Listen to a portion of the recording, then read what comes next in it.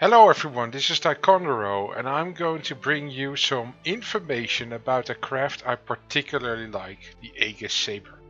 So in this episode I'm going to tell you a bit more about what we can do with the Aegis Sabre, and I'm going to show you some combat footage about it.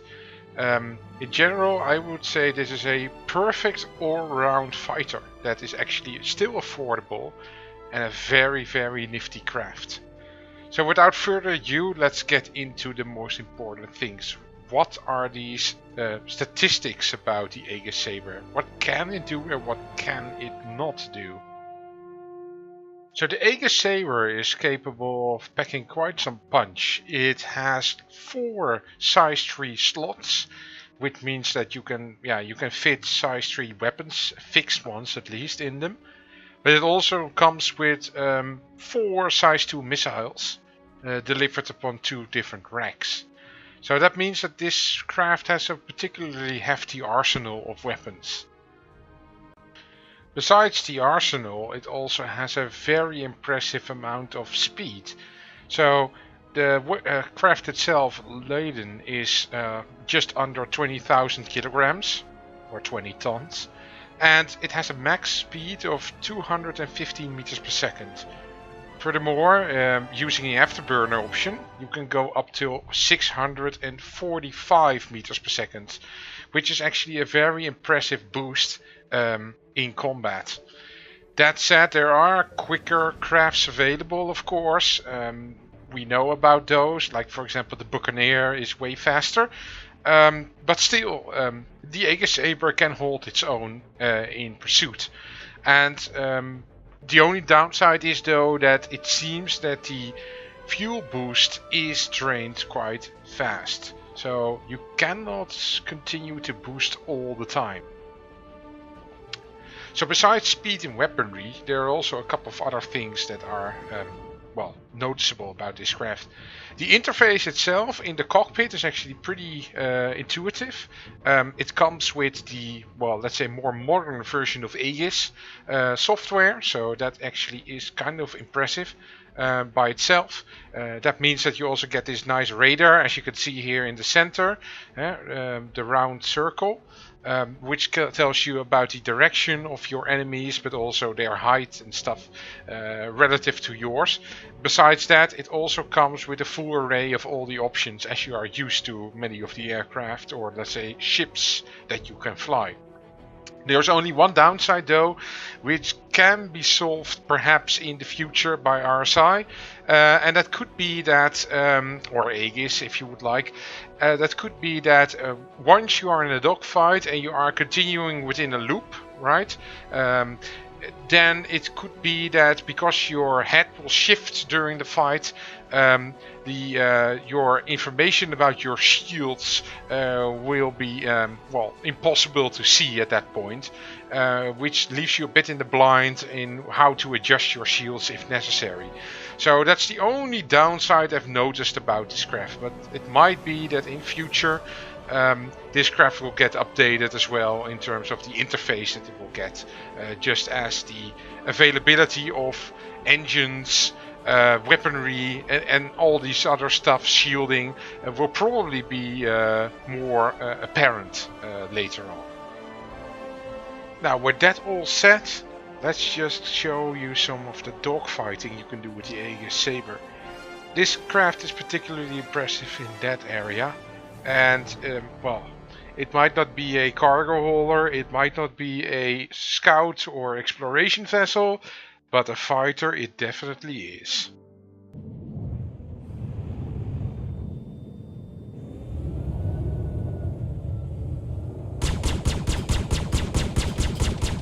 So as you can probably see, I'm using a loadout of 4 Panther repeaters with this Sabre.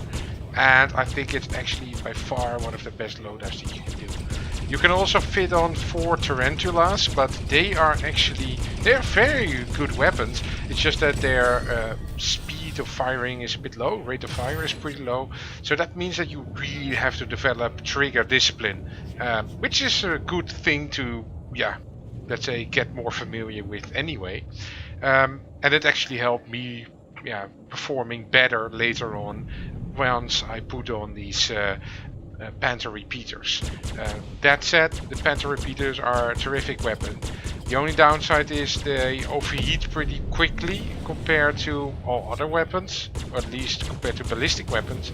So keep in mind that that's an issue. Though in the future, of course, with better coolers, things might be less problematic then.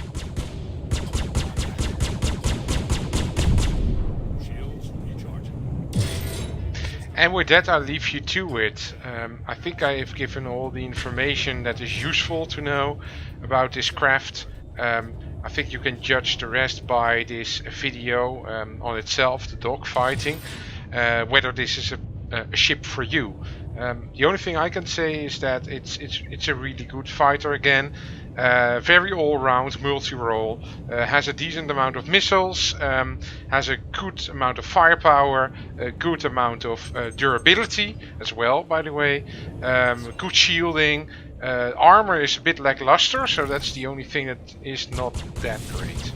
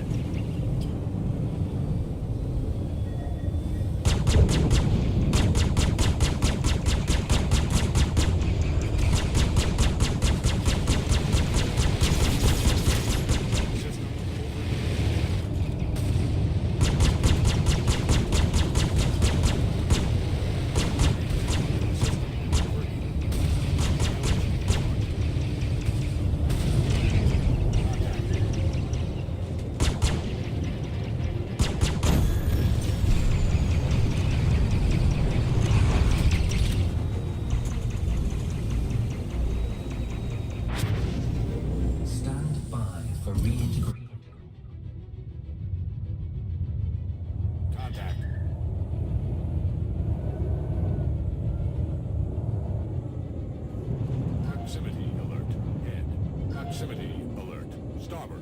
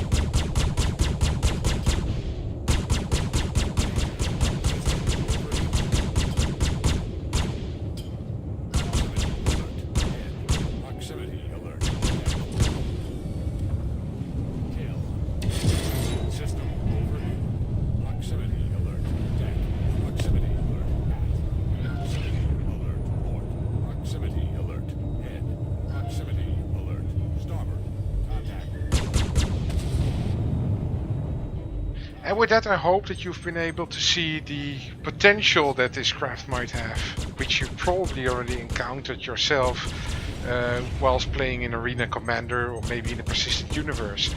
I'm just a, well, beginning pilot.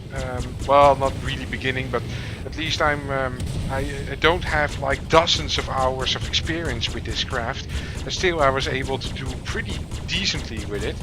So in that respect, I hope to have showed you that this is a very potent, capable craft, and I'm pretty sure that you will all like it. That said, it is vulnerable, but in the right hands, it's a beast to reckon with. I hope that you liked this video. If you did, please leave me a like, and hopefully see you again next time.